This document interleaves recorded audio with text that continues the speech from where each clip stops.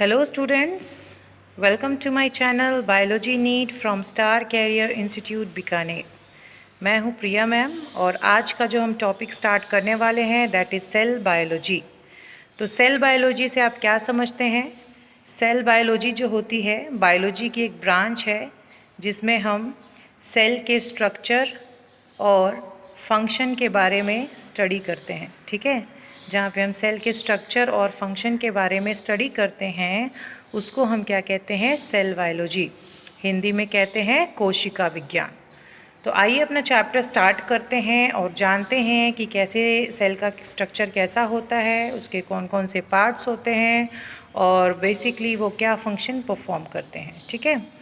तो सबसे पहले हम देख लेते हैं सेल के इंट्रोडक्शन के बारे में। तो कोई भी चैप्टर स्टार्ट होता है तो उसमें सबसे पहला क्वेश्चन तो एक ही चीज़ होता है कि वो होता क्या है, व्हाट इज़ सेल। तो जब हम व्हाट इज़ सेल की बात करते हैं तो आप छोटे क्लास से पढ़ते आ रहे हो कि सेल का एक मेन डेफिनेशन है जो cell is the structural and functional unit of life. Cell क्या होता है? कोशिका क्या होती है? कोशिका जीवन की संरचनात्मक और क्रियात्मक इकाई होती है, ठीक है। तो स्ट्रक्चरल और फंक्शनल से क्या समझते हैं आप? स्ट्रक्चरल मतलब जैसे अब तक आप पढ़ते आए हो कि जनरली हमारी बॉडी जो होती है it is made up of cell. हमारी जो बॉडी होती है वो किसकी बनी होती है? कोशिका की बनी होती है। हमारी बॉडी में जितने भी एक्टिविटीज़ परफॉर्म किए जा रहे हैं वो भी किसके द्वारा परफॉर्म किए जाते हैं? सेल के वजह से। सेल ही जो होता है उसके वजह से हमारी बॉडी में ग्रोथ एंड डेवलपमेंट होती है। यानी आप कह सकते हो कि cell is a fundamental building block of life, ठीक है। तो बेसिकली देखा जाए तो सेल को एक स्ट्रक्चरल और फंक्शनल यूनिट ऑफ लाइफ के रूप में क्या किया गया है? कंसीडर किया गया है। यानी सेल ही जो है किसी भी ऑर्गेनिज्म की बॉडी को बनाता है। सो इट इज़ स्ट्रक्चरल यानी संरचनात्मक, और जितने भी फंक्शन परफॉर्म किए जाते हैं वो किसके द्वारा किए जाते हैं? हमारे सेल के द्वारा। That is why it is functional. So cell is the structural and functional unit of life. कोशिका जीवन की संरचनात्मक और क्रियात्मक इकाई होती है। नेक्स्ट जो लिखा है that is each cell contains a genetic material, ठीक है ना। जितने भी सेल होते हैं उसमें क्या पाया जाता है? आनुवंशिक पदार्थ पाया जाता है, जेनेटिक मटीरियल पाया जाता है। Now what is genetic material? अगर आपको पता होगा तो यहाँ पे जेनेटिक मटेरियल का मतलब है डीएनए, ठीक है। यहाँ पे किसकी बात हो रही है? डीएनए की बात हो रही है। अब डीएनए क्या होता है ये भी हम आगे देखेंगे, इसके बारे में स्टडी करेंगे। तो फिलहाल तो यहाँ पे एक चीज़ समझने की ज़रूरत ये है कि जितने भी सेल होते हैं हमारी बॉडी में प्रेजेंट होते हैं they all contain genetic material. सभी में क्या पाया जाता है? आनुवंशिक पदार्थ पाया जाता है। और इसका मेन फंक्शन क्या होता है कि ये जो होते हैं हेरिडिटी कैरेक्टर्स पास करते हैं। क्या पास करते हैं? हेरिडिटी कैरेक्टर्स पास करते हैं from one generation to the next generation. यानी एक पीढ़ी से अगली पीढ़ी में ये क्या करते हैं? लक्षणों का स्थानांतरण करते हैं। तो जितने भी सेल्स होते हैं they are responsible for passing genetic characters from one generation to next generation. ये लक्षणों का पीढ़ी दर पीढ़ी क्या करते हैं? स्थानांतरण करते हैं, ठीक है। नेक्स्ट जो होता है, जैसे मैंने बताया कि हमारी बॉडी में बहुत सारे सेल्स होते हैं और उन सभी सेल्स के अपने अपने क्या होते हैं? फंक्शंस होते हैं। दैट इज स्पेसिफिक फंक्शंस होते हैं, यानी विशिष्ट कार्य होता है जो उनके द्वारा परफॉर्म किया जाता है। तो लगभग हमारी बॉडी में सारे काम जो होते हैं वो बेसिकली हमारे सेल्स के थ्रू परफॉर्म किए जाते हैं। तो स्टूडेंट्स अब हम बात करते हैं खोज की यानी डिस्कवरी की। तो सेल बायोलॉजी में अगला जो टॉपिक है आपका दैट इज़ सेल की खोज किसने की। तो अगर हम सेल की खोज की बात करें तो it was discovered by Robert Hooke, ठीक है। रॉबर्ट हुक नाम के वैज्ञानिक थे। इन्होंने क्या किया था? कोशिका की खोज की थी। रॉबर्ट हुक ने 1665 में एक कॉर्क का स्लाइस लिया। किसका स्लाइस लिया? कॉर्क का स्लाइस। कॉर्क स्लाइस क्या होता है भाई? पेड़ की छाल होती है ना, तो पेड़ की इन्होंने छाल ली और उसको क्या किया? काटा और उसको किसके अंदर ऑब्जर्व किया? माइक्रोस्कोप के अंदर। तो माइक्रोस्कोप के अंदर यानी सूक्ष्मदर्शी के अंदर देखने के बाद उन्होंने कुछ स्ट्रक्चर ऑब्जर्व किया।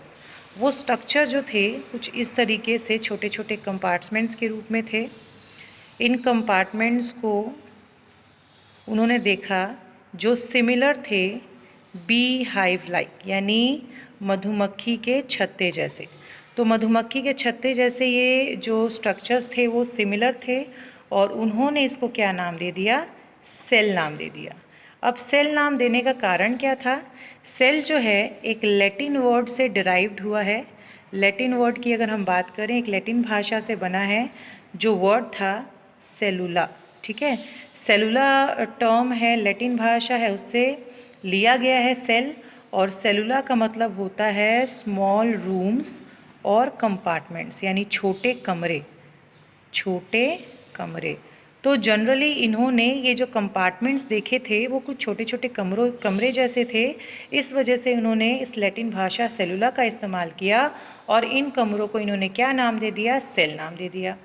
तब से बायोलॉजी में सेल वर्ड का इस्तेमाल किया जा रहा है और ये क्रेडिट किसको जाता है, रॉबर्ट हुक को जाता है। तो इस तरीके से रॉबर्ट हुक ने सेल की डिस्कवरी की थी। इसके साथ कुछ और भी डिस्कवरीज हुई हैं जिसके बारे में हम बात कर लेते हैं, यानी सेल तक ही ये बात सीमित नहीं थी। सेल के आगे सेल के अंदर के कुछ पार्ट्स भी डिस्कवर किए गए, जिसमें आगे आता है न्यूक्लियस। ठीक है, न्यूक्लियस को हम लोग हिंदी में कहते हैं केंद्रक। और केंद्रक के खोज की बात करें तो न्यूक्लियस को जो डिस्कवर किया था वो डिस्कवर किया था रॉबर्ट ब्राउन ने। किसने डिस्कवर किया था? Robert brown. Robert brown discover the nucleus for the first time in 1831। 1831 में उन्होंने क्या किया था? केंद्रक की खोज की थी। इसके बाद बात करें तो फर्स्ट लिविंग सेल की बात कर लेते हैं। ठीक है ना, फर्स्ट लिविंग सेल यानी पहली जीवित कोशिका, पहली जीवित कोशिका। तो पहले जीवित कोशिका की खोज का क्रेडिट जो है वो दिया जाता है एंटन वॉन ल्यूवेनहुक को। एंटन वॉन ल्यूवेनहुक को दिया जाता है। अब एंटन वॉन ल्यूवेनहुक जो थे, इन्होंने पहली बार सबसे पहले लिविंग सेल की डिस्कवरी की थी।